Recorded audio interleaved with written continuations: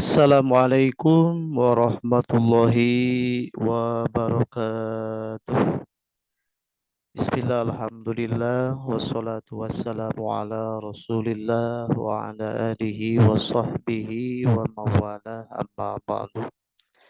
Subhanakallahumma la ilma lana illa ma'allamtana innaka antal alimul hakim. Rabbi shrah li sadri wa yassir li amri wahlul 'uqdatam min lisani yafqahu qawli. Allahumma salli ala sayyidina Muhammadin al-Fatihi lima ughliqa wal khatim lima sabaqa wan nasiril haqqi bil haqq wal hadi ila siratikal mustaqim. Sallallahu alaihi wa ala alihi wa sahbihi haqqa qadrihi wa miqdarihil azim. Ilahi anta maksudi wa ridhaka matlubi antini mahabbataka wa ma'rifataka. Allahu hadiri, Allahu nadiri, Allahu syahidun alayya. Allahumma'i, Allahummu'ini, wallahu bi kulli syai'in muhit. Rabbi srahli sadri wa yassirli amri wahlul uqdatam min lisani yafqahu qawli. Ila hadrati Syekhina Mukarram Syekh Abdullah Barak bin Muhammad, hadrati Syekhina Mukarram Syekh Ahmad Sohibul Wafa Tajul Arifin. Al-Fatihah. Bismillahirrahmanirrahim. Alhamdulillahirabbil alamin. Ar-Rahmanir-Rahim. Maliki yaumiddin. Iyyaka na'budu wa iyyaka nasta'in. Ihdinas siratal mustaqim. Siratal ladzina an'amta 'alaihim ghairil maghdubi alaihim waladdallin. Rekan-rekan mahasiswa, mahasiswi KPI 4 yang berbahagia. Terlebih dahulu saya mohon maaf yang sebesar-besarnya karena sejatinya hari ini kita melaksanakan perkuliahan di kelas bertatap muka bermuajah. Namun kali ini saya tidak bisa memberikan kuliah secara tatap muka karena ada sesuatu hal, ada tugas lain yang harus saya kerjakan. Dan kita akan melaksanakan hari ini perkuliahan secara online. Ya. Walaupun kita kerjakan kuliah ini secara online, tapi insya Allah materi yang akan kita sampaikan sama, baik itu online maupun offline ya. Oke, pada pertemuan kali ini kita akan membahas suatu materi yang sangat penting untuk kita kaji bersama ya, yaitu tentang pengaruh konteks terhadap perilaku komunikasi antar budaya. Kemarin kita sudah bahas ya bagaimana budaya gitu ya mempengaruhi komunikasi antar budaya ya. Yang kita ketahui bahwa budaya itu adalah salah satu identitas seseorang ya yang tidak bisa dihilangkan. Gitu. Oke teman-teman, kita akan membahas tentang yang namanya pengaruh konteks, gitu ya. Sejauh mana konteks ini mempengaruhi seseorang itu berkomunikasi antar budaya, gitu ya. Oke, terlebih dahulu kita harus memahami apa yang kita sebut dengan konsep dasar dari komunikasi antar budaya, ya. Oke. Sebentar ya, kita cek lagi. Oke.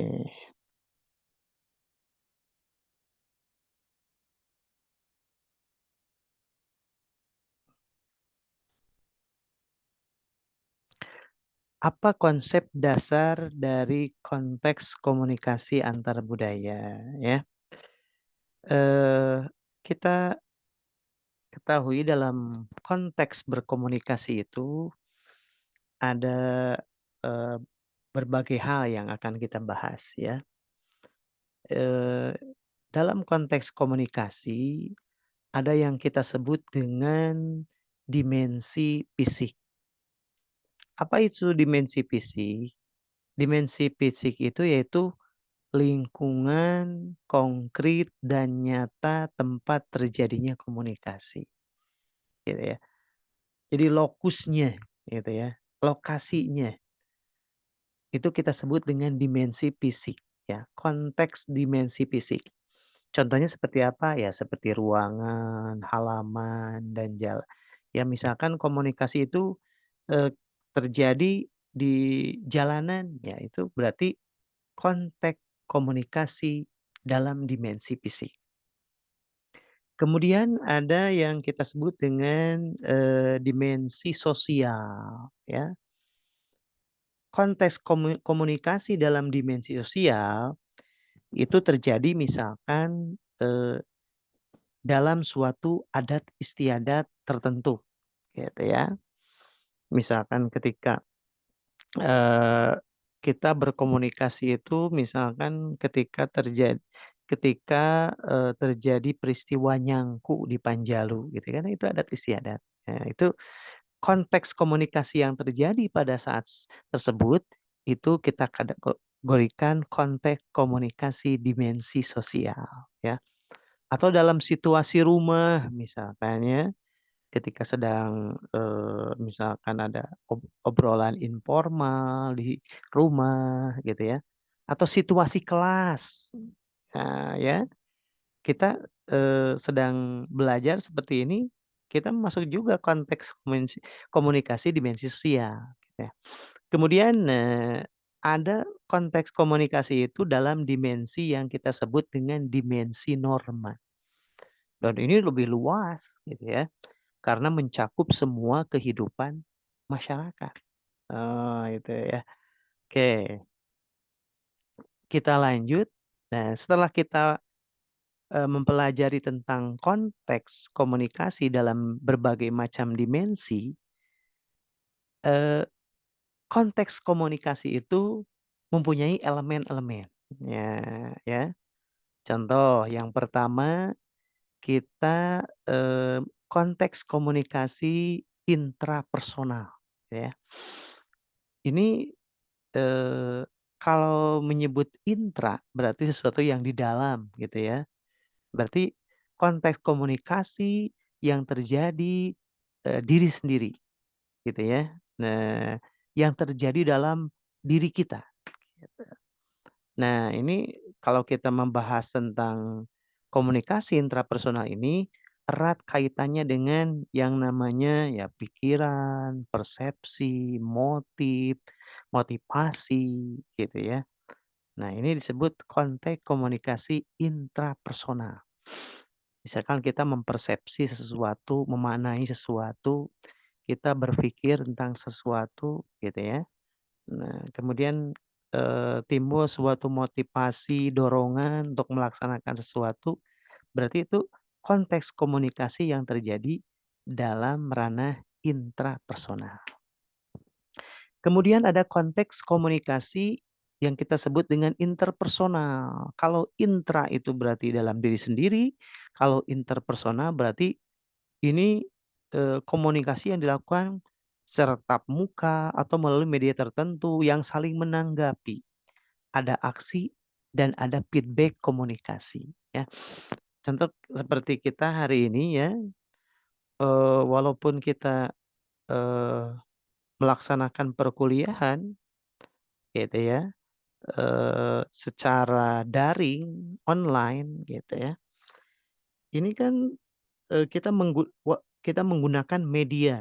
Nah, media komunikasi, channel YouTube ya, saya menggunakan Zoom, merekam, video ini, merekam apa, media pembelajaran ini dengan Zoom, kemudian saya simpan di channel YouTube, Anda menonton, kemudian Anda bisa memberikan feedback, menanggapi gitu ya, di kolom komentar ini.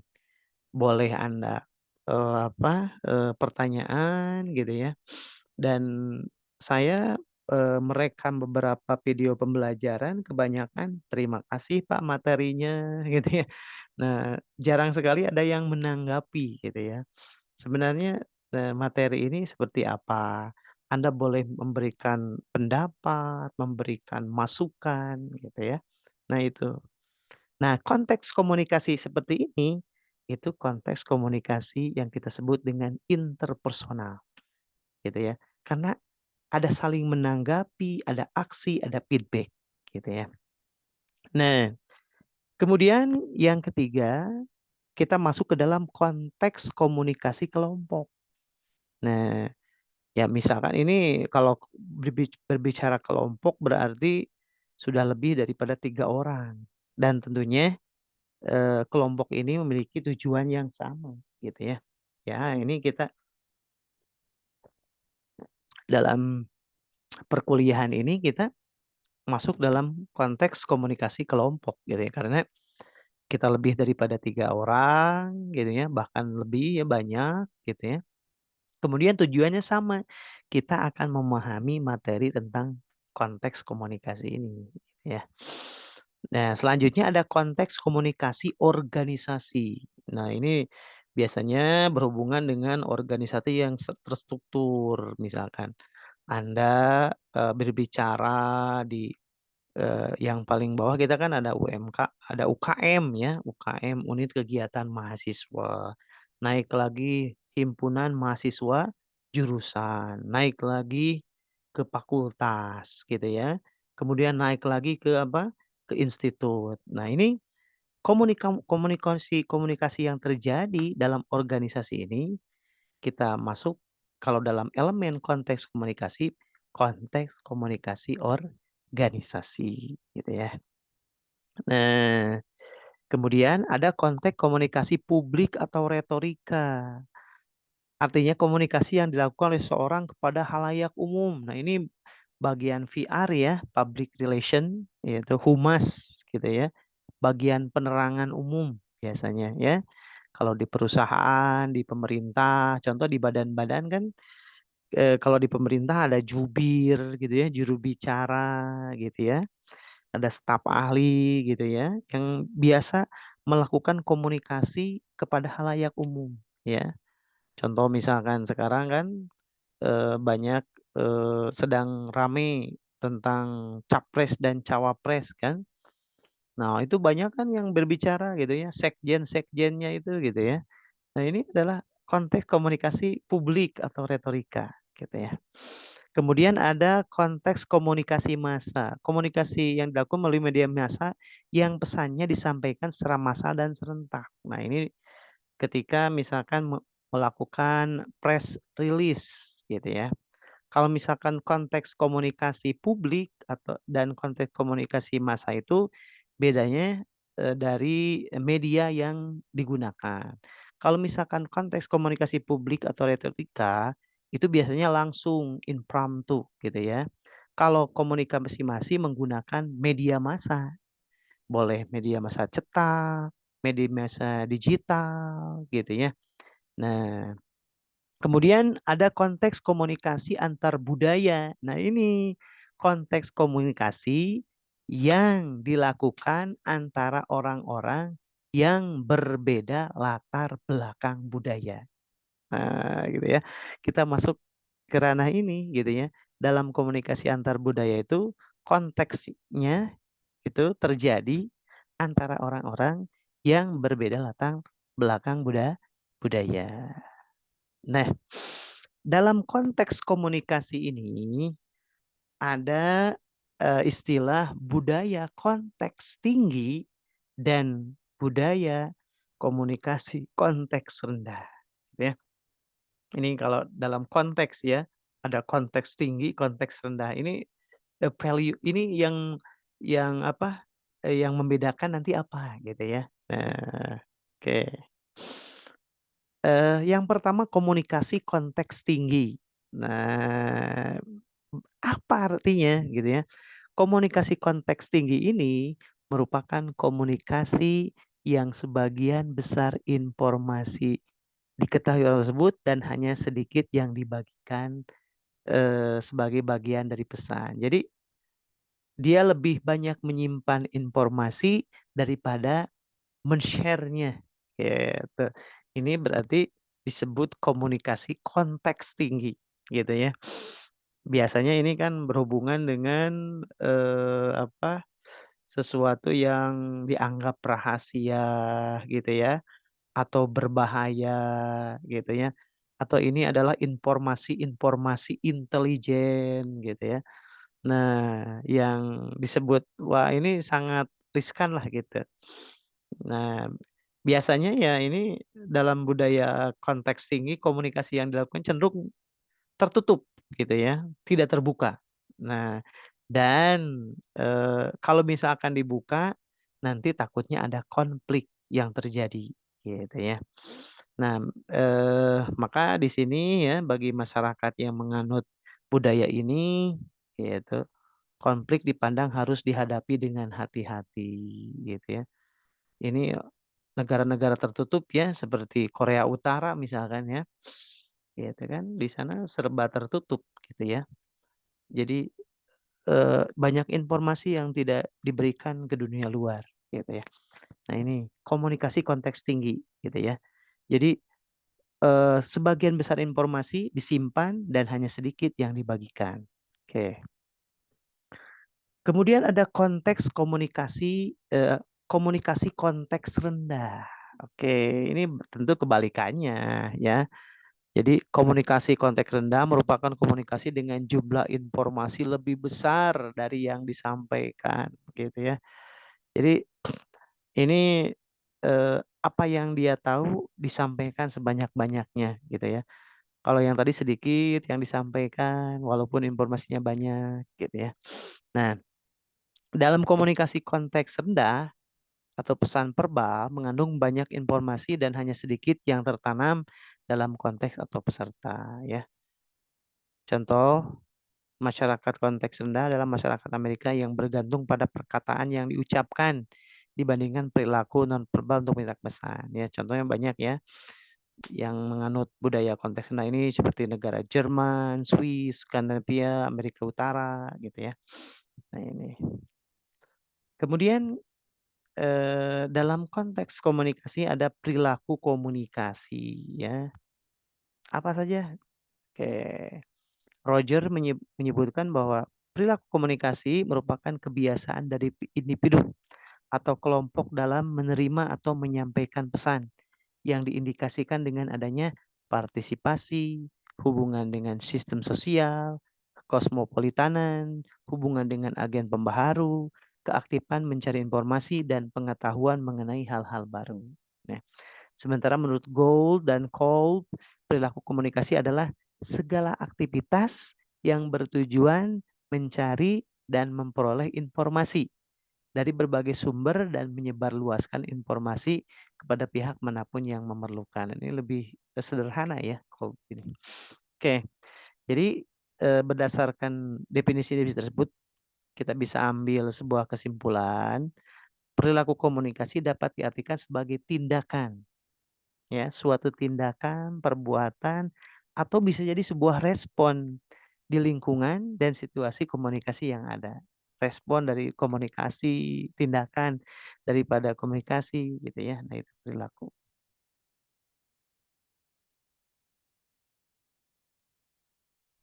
Oke. Kemudian kita, nah bagaimana perilaku komunikasi ini? Nah, pertama kita pandang dari sudut pandang profesional informasi.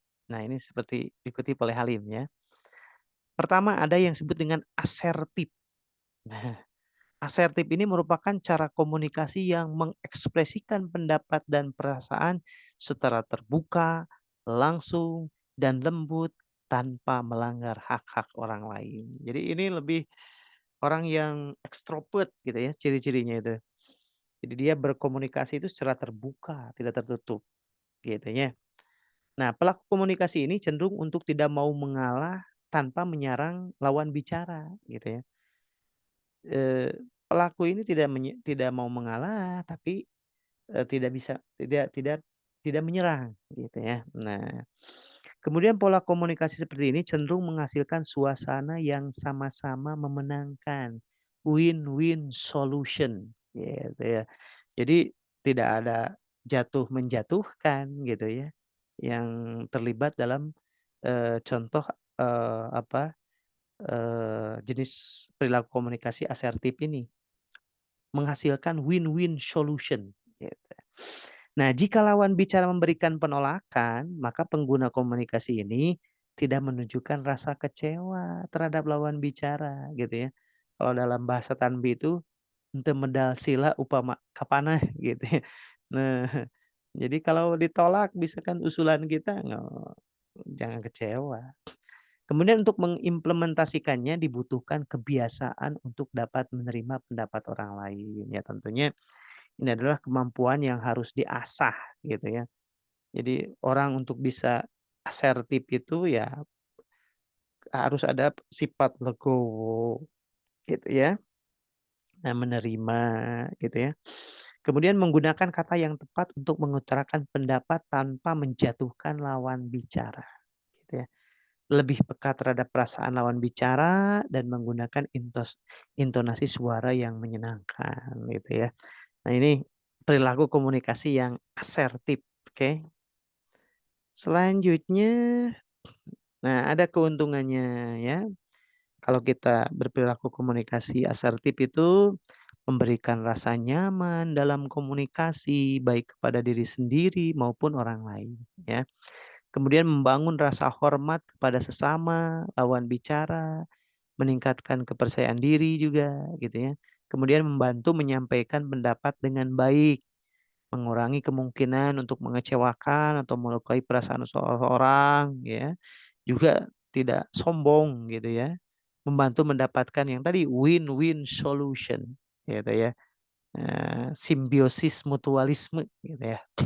Kemudian mengurangi stres akibat perbedaan pendapat. Jadi ketika kita berpendapat tidak terima, kita tidak stres gitu ya. Nah itu. Memberikan maksud dan tujuan yang jelas dalam komunikasi. Juga, nah ini yang paling penting, mengurangi terjadinya miscommunication, oke. Nah, selanjutnya, nah selain asertif, ada juga perilaku komunikasi itu yang proaktif. Nah, ini Anda dalam berkomunikasi masuk ke perilaku mana gitu ya, asertif atau proaktif ini ya. Nah, proaktif ini sikap merupakan cara komunikasi yang cukup unik gitu ya. Karena orang yang memiliki pola komunikasi ini akan membuat pilihan reaksi terhadap rangsangan, memiliki jeda untuk merespon dan berpikir sejenak tentang apa yang harus dilakukan ketika mendapatkan sebuah situasi untuk mencapai hasil terbaik. Jadi ini lebih kepada orang yang deep thinking gitu ya. Jadi berpikir selalu mendalam gitu ya, tidak terburu-buru. Nah, itu ya.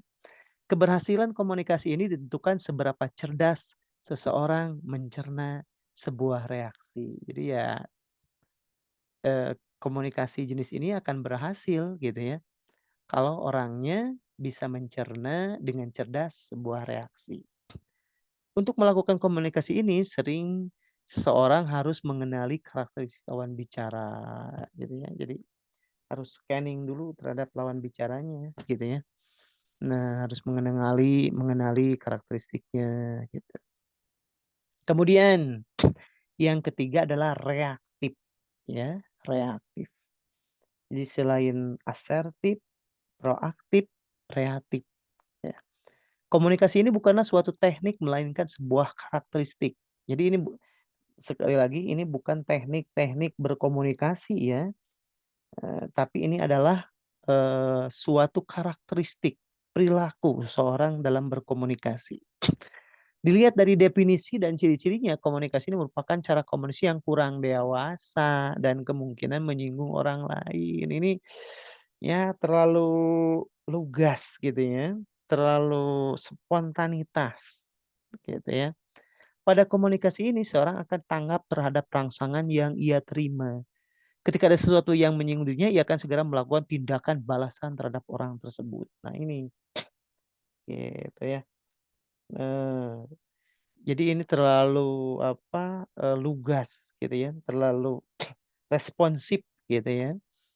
Jadi tanpa dipikirkan dulu gitu ya. Nah ini, barangkali ini adalah contoh perilaku komunikasi yang lemah ya gitu ya dibandingkan yang lainnya. Ciri-ciri orang reaktif. Nah, terburu-buru dalam mengambil tindakan ya. Ini kalau dalam hadis al-ajalatu minasyaiton. Terburu-buru itu bagian daripada perbuatan setan gitu ya. Maka yang reaktif ini ya kurang disarankanlah dalam perilaku komunikasi gitu ya. Mengejar orang lain untuk membereskan persoalannya, bersikap subjektif dan melindungi diri, kumaha urang gitu ya, egoisme gitu ya. Nah ini orang-orang yang reaktif gitu ya. Suka mengalihkan pembicaraan ke arah lain, mudah tersinggung, mudah jengkel dan marah gitu ya. Nah, kurang memiliki rasa humor. Nah, atau menganggap humor itu membuang waktu, ya. Nah, sebenarnya gitu ya, eee, jadi humor itu kalau dalam masa Gus Dur ya, sesuatu yang, apa, sangat luar biasa gitu ya. Nah, ini jadi, eee, ketika komunikasi itu dibangun dengan serius dan santai, sersan gitu ya, banyak pesan yang akan sampai gitu ya. Kalau misalkan tidak ada rasa humor gitu ya, nah itu jelas ya akan, sangat kaku gitu ya. Nah itu, dan orang reaktif, kurang memiliki rasa humor gitu ya. Mencari dukungan pihak lain, bertindak berlebihan atau menghindari tanggung jawab gitu ya. Dan ya banyak menggurui dan berharap orang lain mengikutinya, itu orang reaktif gitu ya. Kemudian ada juga merebut tanggung jawab yang menjadi porsi orang lain ya, masing-masing kan sudah punya tanggung jawab, kenapa harus mengambil hak tanggung jawab orang lain gitu ya. Mudah terkejut dan merasa tidak bersalah meskipun telah menyebabkan kekacauan besar gitu. Pendendam juga gitu orang reaktif ini. Menyingkirkan orang yang menghalangi langkahnya, pemahamannya hanya sebatas membela diri, selalu merasa terancam dan merasa paling benar ya. Jadi kita jangan merasa paling benar gitunya, tapi harus benar-benar merasa gitu ya. Jangan merasa pandai gitu, tapi harus pandai merasa gitu ya. Itu dari almarhum Ustadz Zuki Asuja, wakil talkin dari Malaysia gitu ya.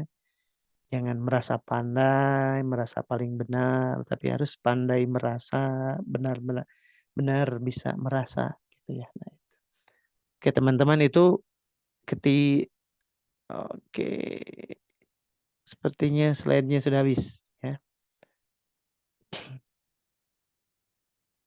Eee, ada 3 ya, asertif, proaktif, dan reaktif. Nah, Anda termasuk ke mana? Mudah-mudahan tidak yang reaktif ya. Nah, kita harus yang di 2 tadi, yang asertif dan proaktif gitu ya. Oke, rupanya, eee, materi kita di pertemuan hari ini ya, sampai kepada oke, perilaku komunikasi.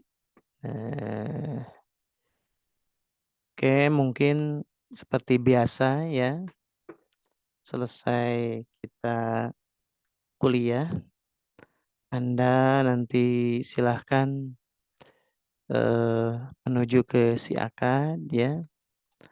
Nanti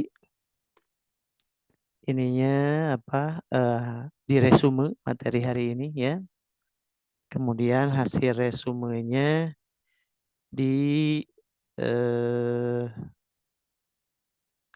upload ya ke si akad. Oke, barangkali itu yang bisa saya sampaikan pada pertemuan hari ini. Ya. Mudah-mudahan bermanfaat. Semoga sehat semua, dilancarkan segala urusan. Saya ucapkan, mari kita ucapkan hamdalah, alhamdulillahirabbil alamin. Subhanakallahumma wa bihamdika asyhadu an la ilaha illa anta astaghfiruka wa atubu ilaik. Assalamualaikum warahmatullahi wabarakatuh.